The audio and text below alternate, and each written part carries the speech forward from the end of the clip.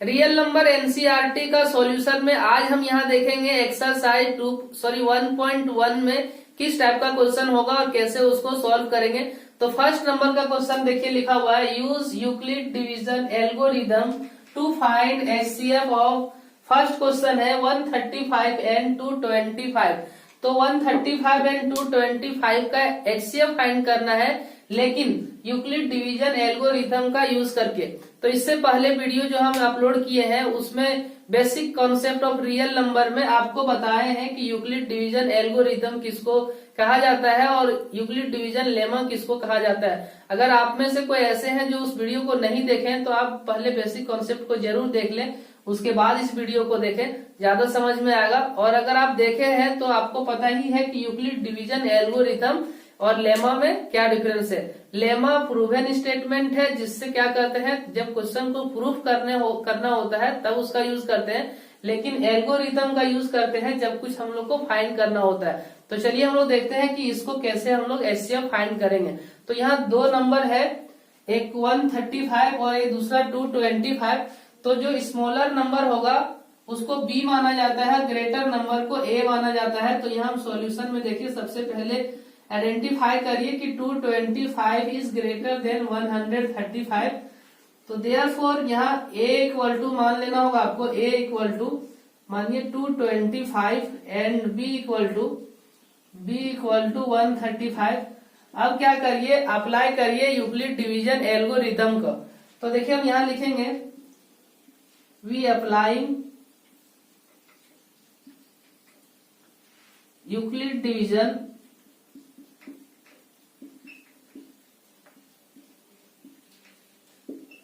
Algorithm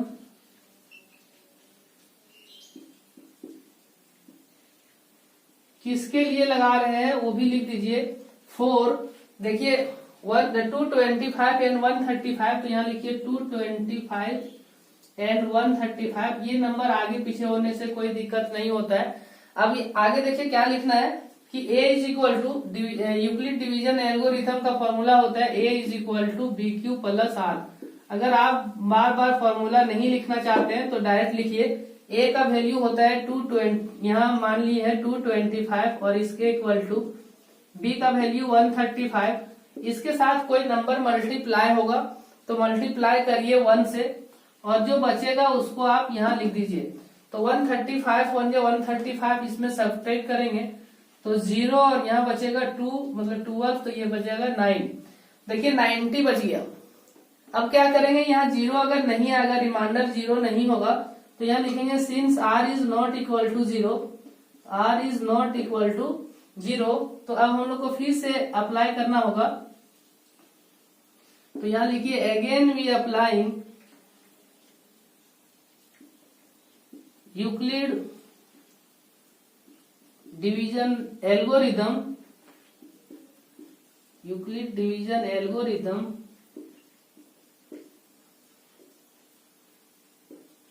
और किसके लिए अप्लाई कर रहे हैं वो बात भी आप लिख दे कि 4।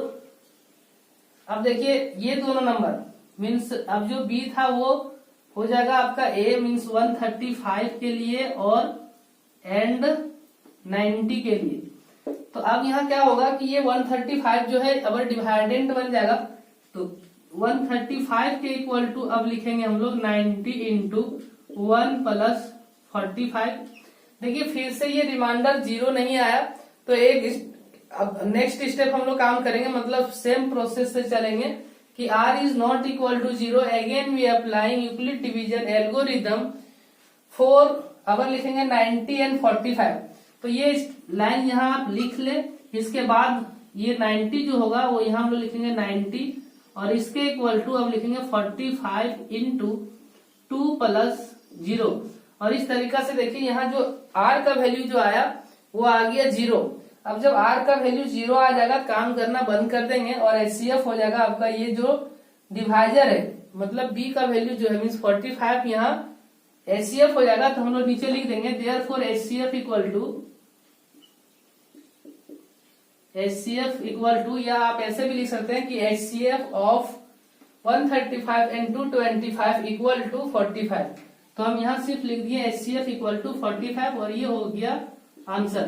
तो इसी टाइप से हम लोग नेक्स्ट क्वेश्चन भी बना सकते हैं। तो देखते हैं हम लोग कि इसका सेकेंड नंबर क्या बोल रहा है, कैसे बनेगा, और थर्ड नंबर भी इसका क्या क्वेश्चन है, कैसे इसको हम लोग सॉल्व। ज्यादा टाइम हम वेस्ट नहीं करेंगे। देखिए क्वेश्चन नंबर 2 क्या है, 196 और 38,220। अब ये अगर लार्जर नंबर है तो इसको A मान लिए, इसको B मान लिए। देखिए अप्लाई किए फिर से यूक्लिड डिवीजन एल्गोरिथम को दोनों नंबर के लिए। तो जो नंबर लार्जर है मतलब A हुआ तो A इक्वल टू BQ होता है, तो B का वैल्यू यहाँ 196 है और Q आया 195 और ये दोनों को जब मल्टीप्लाई आप करेंगे तो यही नंबर मिलेगा। तो ये पूरा कंप्लीट हो गया, 0 आ गया, रिमाइंडर यहाँ देखिए 0 आ गया। तो अब यहाँ लिखिए कि R इज इक्वल टू 0। यही एक ही स्टेप में अगर आ जाए तो देयरफॉर लिख सकते हैं आप कि HCF equal to HCF of जो नंबर है 196 एंड 38,220 इक्वल टू जो आंसर आया है। देखिए आंसर ये 196 है। 196 कैसे है, क्योंकि इससे डिवाइड किए हैं तब ये 195 टाइम्स में आया है। तो ये 196 जो होगा आंसर हो जाएगा। तो यही सेकेंड नंबर का आंसर हो गया। थर्ड नंबर देखिए सेम इसी तरीका से बनेगा, इसलिए हम पहले से बना के रख दिए हैं। ए जो बड़ा नंबर है इसको A मान लिए 867 और B जो है वो देखिए 255 मान लिए। फिर आपको लिखना है कि अप्लाई करना है यूक्लिड डिवीजन एल्गोरिथम ये दोनों नंबर के लिए। तो बड़ा नंबर इधर होगा A equal to BQ। B का वैल्यू यहाँ हो गया 255 और Q आया 3, 102 बचा रिमाइंडर 0 नहीं आया। फिर से अप्लाई कर दिए हम लोग। देखिए लिखे R is not equal to, again we applying. यहाँ आपको वही लाइन लिखना है। 255 जो अब यहाँ डिवाइजर था वो आ जाएगा डिवाइडेंट में और जो रिमाइंडर था वो आ जाएगा डिवाइजर में। तो 2 टाइम्स में 102 को अगर 2 से मल्टीप्लाई करेंगे तो हो जाएगा 204 और बचेगा आपका 51। तो 51 यहाँ हो गया रिमाइंडर, इसका मतलब रिमाइंडर 0 नहीं आया। फिर से काम करिए आप, again we applying Euclid division algorithm दोनों नंबर के लिए। कौन नंबर के लिए, फिर से डिवाइजर और रिमाइंडर के लिए। अब यहाँ देखिए 51 टाइम्स में 51 का टेबल में 2 टाइम्स में आ गया 102, इसका मतलब रिमाइंडर 0 हो गया। तो यहाँ क्या समझ में आया कि R इज इक्वल टू अगर 0 हो गया तो देयरफॉर HCF इक्वल टू, नीचे आप लिख सकते हैं कि HCF इक्वल टू हो गया 51 और 2 में कंफ्यूजन हो सकता है। देखिए किस ये आंसर कैसे होगा 51, 2 क्यों नहीं होगा। तो इससे पहले आप देख ले एक स्टेप पहले कि जो उसमें रिमाइंडर था वो क्या है। तो इसका रिमाइंडर क्या है 51, तो ये होगा आंसर। तो देखिए इस तरीका से ये क्वेश्चन नंबर फर्स्ट क्लियर हो गया है। अब हम लोग क्वेश्चन नंबर सेकंड देखते हैं क्या है और उसको कैसे हम लोग सॉल्व करेंगे। तो देखिए ये है क्वेश्चन नंबर 2, क्या लिखा हुआ है पढ़ देते हैं। So that any positive odd integer is of the form, बोल रहा है कि कोई भी पॉजिटिव ऑड इंटीजर्स होगा वो किस फॉर्म में होगा, 6q + 1। देखिए यहाँ और छूट गया है, और 6q + 3 और 6q + 5 where q is some integers. क्या कहने का मतलब है कि कोई भी पॉजिटिव ऑड इंटीजर होगा तो इसी फॉर्म में होगा, मतलब 6q + 1 में होगा या 6q + 3 के फॉर्म में होगा या 6q + 5 के फॉर्म में होगा। देखिए इस क्वेश्चन के अकॉर्डिंग ये बोला गया है 6q + 5, 6q + 3, 6q + 1। Question change होगा तो यहाँ नंबर भी चेंज हो सकता है और उसमें भी वही चीज प्रूव करना होगा कि इसी फॉर्म में होगा।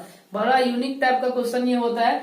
अब इसमें देखिए क्या करना है आपको कि ये ऑड इंटीजर्स में ऑड इंटीजर जो होगा इस फॉर्म में होगा, प्रूव करना है। तो आपको समझना पड़ेगा कि पॉजिटिव नंबर के साथ मीन पॉजिटिव इंटीजर्स के साथ ऑड किसको कहते हैं। तो ऑड और इवन तो आपको बहुत एग्जाम्पल पता होगा कि ऑड किसको बोलते हैं, इवन किसको बोलते हैं। तो इवन से स्टार्ट करते हैं, जैसे 2 हो गया, 4 हो गया, 6 हो गया, 8 हो गया, 10 हो गया, ये सब नंबर को इवन नंबर बोलते हैं। और ऑड नंबर जैसे 1 हो गया, 3 हो गया, 5 हो गया, 7 हो गया, 9 हो गया, 11 हो गया, इस टाइप का जो नंबर है इसको ऑड नंबर कहते हैं। तो जो एग्जाम्पल है बहुत लोग जानते हैं, लेकिन जो इसका मीनिंग क्या होता है उसमें बहुत लोग को दिक्कत होता है। तो देखिए जो नंबर 2 से कम्प्लीटली डिवाइड हो जाए, रिमाइंडर 0 बच जाए, तो उसको हम लोग इवन नंबर बोलेंगे। और कोई एक ऐसा नंबर जिसको 2 से डिवाइड करने के बाद रिमाइंडर 1 बचे, हर बार अगर रिमाइंडर 1 बच जाए तो समझिए कि वो ऑड नंबर है। तो यहाँ देखिए इसको अगर 2 से डिवाइड करेंगे 1 रिमाइंडर बचेगा, 2 से इसको भी डिवाइड करेंगे रिमाइंडर 1 बचेगा। तो कोई भी नंबर, जैसे यहाँ देखिए 2 × 2 इंटू यहाँ मान लीजिए कि यहाँ 100 है और ये 1000 है प्लस 1 मीन्स डिवाइड करके 1000 टाइम्स में अगर रिमाइंडर 1 बच जा रहा है तो इसका मतलब ये जो नंबर बनेगा वो ऑड नंबर होगा। तो इसी फॉर्म में ये होना चाहिए, मतलब 6 cube plus 1, 6 cube plus 3, 6 cube plus 5 जो है वो अगर 2 से डिवाइड करे तो हर बार रिमाइंडर कितना बचना चाहिए, 1 बचना चाहिए। इस फॉर्म में दिखाना है हम लोग को। तो चलिए अब देखते हैं कि यहाँ लिखा हुआ सो दैट। वीडियो लंबा जरूर होगा लेकिन अगर एक एक स्टेप आप समझ जाए तो फिर आपको इस टाइप का क्वेश्चन में कभी दिक्कत नहीं होगा। देखिए हम क्या कहना चाह रहे हैं, यहाँ लिखा हुआ so that any means proof करना है। तो प्रूफ करते समय आपको यूज करना है यूक्लिड डिवीजन लेमा को, एल्गोरिथम का यूज आप नहीं करें। अब देखिए क्या करेंगे, कैसे हम लोग इसको प्रूफ करेंगे देखते हैं। तो इस टाइप का क्वेश्चन सॉल्व करते समय आप हमेशा इस लाइन को लिखा करिए। देखिए क्या हम लिख रहे हैं कि let A B any positive integers, A को जो मानिए वो हमेशा पॉजिटिव इंटीजर्स मानिए, and B equal to, B का जो वैल्यू आप मानेंगे वो किसको मानिए, देखिए क्वेश्चन के अकॉर्डिंग, जैसे यहाँ लिखा हुआ 6, यहाँ भी लिखा हुआ 6, यहाँ लिखा हुआ 6, तो क्यू के साथ जो नंबर मल्टीप्लाई में रहेगा उसको आप बी मान लीजिए। तो यहाँ लिखिए B equal to 6 pair Q and, यहाँ देखिए हम लिख रहे हैं क्यू, ये क्यू है, एंड आर एग्जिस्ट। इसका मतलब क्या हो रहा है कि क्यू एनी पॉजिटिव इंटीजर्स है, बी के इक्वल टू 6 है और क्यू मीन्स क्वोशिएंट और रिमाइंडर यहाँ एग्जिस्ट करेगा। तो यहाँ हम देखिए क्या लिखते हैं, बाय यूक्लिड्स डिवीजन, यहाँ लिखेंगे हम लोग लेमा इसलिए लिखेंगे क्योंकि प्रूफ करना है। तो by Euclid division lemma A is equal to, formula होता है बी क्यू प्लस आर, और यहाँ कॉमा में लिख दीजिए कि बी का जो वैल्यू होगा वो हमेशा आर से बड़ा होगा और आर का जो वैल्यू होगा वो हमेशा 0 के इक्वल या 0 से बड़ा होगा। तो ए का वैल्यू तो ए ही लिखिए क्योंकि ये ए जो है वो पॉजिटिव इंटीजर्स है, और बी का वैल्यू अब यहाँ से 6 लिखिए, तो ये हो जाएगा 6, और क्यू का वैल्यू क्यू रहने दीजिए और आर के प्लेस में आर को बैठाइए। लेकिन यहाँ ध्यान दीजिए कि जो ये आर होगा, ये आर का वैल्यू कितना होगा, आप ऐसे लिख सकते हैं कि 6 ग्रेटर देन आर और आर ग्रेटर देन और इक्वल टू 0। इसका मतलब हुआ कि दैट इज आर का वैल्यू होगा या तो 0 या 1 हो सकता है, 2 हो सकता है, 3 हो सकता है, 4 हो सकता है या फिर 5 हो सकता है। तो यहाँ ये सब नंबर हम लिख दिए कि आर का वैल्यू 0 भी, 1 2 3 4 5 ये सब हो सकता है। अब यहाँ समझिए, यही समझना है आपको कि ए जो है वो एनी पॉजिटिव इंटीजर्स है और इसको हम लोग लिख सकते हैं 6 क्यू प्लस आर में। तो आर के प्लेस में जिस समय 0 हो जाता, आर के प्लेस में 0 होता, तो देखिए इस चीज को कैसे लिखा जाता, हम इधर लिख रहे हैं क्योंकि इसको हम मिटा देंगे फिर। एक बार यहाँ अगर आर का वैल्यू 0 होता तो ए के इक्वल टू सिर्फ 6 क्यू प्लस 0 मतलब 6 क्यू लिखाता, या ए का वैल्यू जो है वो 6 क्यू, अगर आर का वैल्यू 1 होता तो 6 क्यू प्लस 1 लिखा जाता, और ए का वैल्यू हो सकता है कि 6 क्यू प्लस 2 भी लिखा जा सकता है, ए का वैल्यू 6 क्यू प्लस 3 लिखा जा सकता है, ए का वैल्यू 6 क्यू प्लस 4 भी लिखा जा सकता है, या ए का वैल्यू 6 क्यू प्लस 5 भी लिखा जा सकता है। इस तरीका से हो सकता है क्योंकि आर का वैल्यू हम लोग पुट करते जाएंगे 1 2 3 4 5 करके। तो ये सब जो नंबर है ये सब का सब पॉजिटिव इंटीजर्स है। पॉजिटिव इंटीजर्स मतलब उसमें ऑड इंटीजर्स भी मिला हुआ है और इवन इंटीजर्स भी मिला हुआ है। तो यही बात हमको लाइन में लिखना है। अब इसके बाद आप एक चीज और समझ लीजिए कि इसमें पॉजिटिव इंटीजर्स भी है और पॉजिटिव इंटीजर्स तो है ही, पॉजिटिव इंटीजर्स में ऑड इंटीजर्स भी है और इवन इंटीजर्स में है। तो अब हम लोग को प्रूफ चेक करना है कि कौन सा इसमें इवन है और कौन सा ऑड है, और ऑड वाला जो है वो इसी फॉर्म में है या नहीं है। तो देखिए अब हम यहाँ लिखते हैं therefore a may be written as a मतलब positive integers, a may be written as, यही वाला लाइन हमको सब लिखना चाहिए। अगर यही लिख देते तो चलता, a is equal to 6 Q plus 1 6q plus 2, 6q plus 3 और 6q प्लस 4, सब में 6q प्लस 5। यहाँ अगर आप और करके लिख देते तो और ज्यादा बेहतर होता। a के इक्वल टू ये सब नंबर हो सकता है, मीन्स a को पॉजिटिव इंटीजर्स को इस फॉर्म में हम लोग लिख सकते हैं। अब ध्यान दीजिए क्या होगा कि इसमें से जो ये 6q लिखा हुआ है ये है आपका even positive integers. Even positive integers क्यों है ये बात भी आप समझिए, क्योंकि ये 2 का टेबल से अगर इसको डिवाइड करेंगे तो ये कंप्लीटली डिवाइड हो जाएगा। कैसे, इस चीज को भी आप समझ लीजिए कि a के इक्वल टू अगर लिखा हुआ है 6q तो 6q को हम लिख सकते हैं 2 इंटू, देखिए 2 इंटू 3q। इसका मतलब ये 2 जो है डिवाइजर है और इतना टाइम्स में मीन्स 2q टाइम्स में ये कंप्लीट डिवाइड हो जाएगा। तो 6q अगर डिवाइड हो गया 2 से, इसका मतलब ये हुआ इवन पॉजिटिव इंटीजर्स।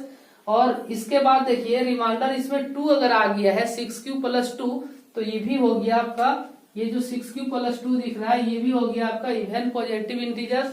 और एक और देखिए 6q प्लस 4 जो है वो भी हो गया आपका इवन। तो अब ये इवन को यहाँ से निकाल लिया जाए तो जो जो नंबर बचेगा वो ऑड इंटीजर्स बचेगा। तो इसीलिए हम यहाँ लिखते हैं इन विच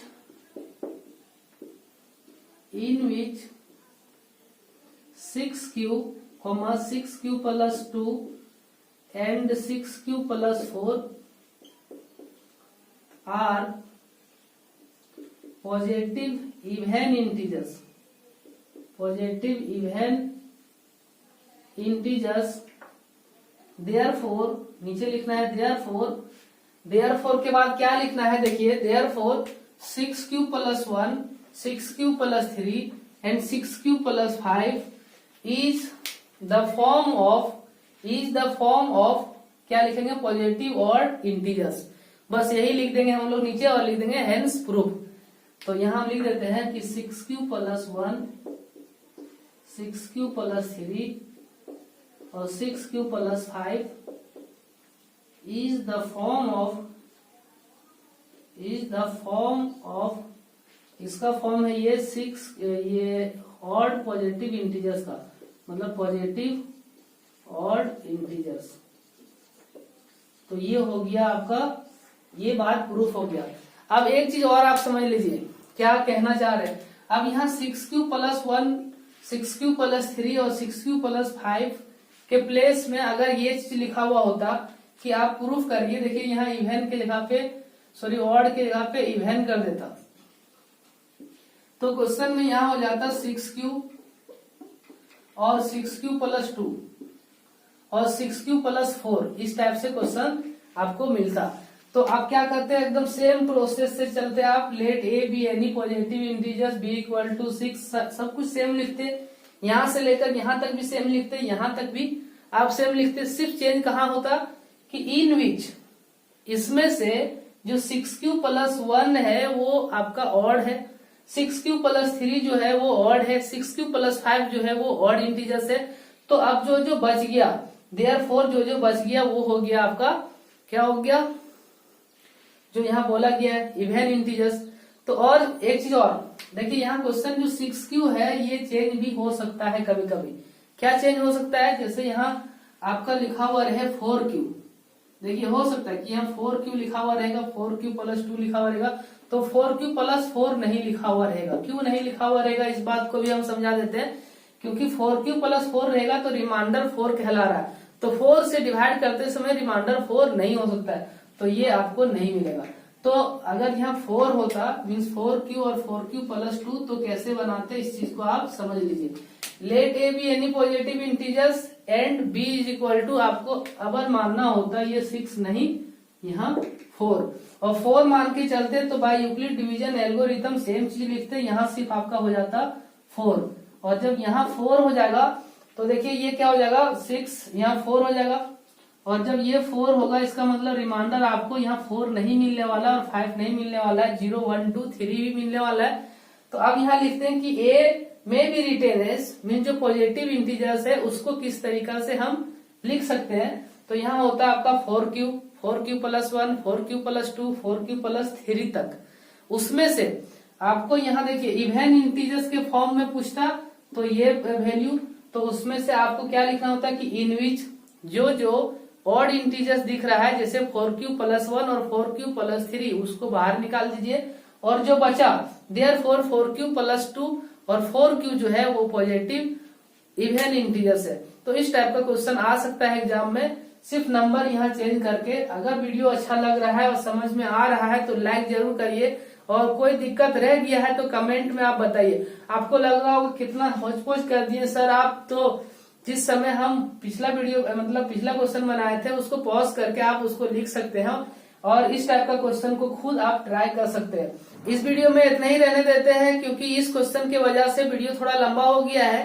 क्वेश्चन नंबर 3, 4, 5 जो है वो आप नेक्स्ट वीडियो में देख सकते हैं, और अगर कोई दिक्कत हो तो आप कमेंट करके बता सकते हैं। चलिए अपना ख्याल रखिए, बाय, टेक केयर।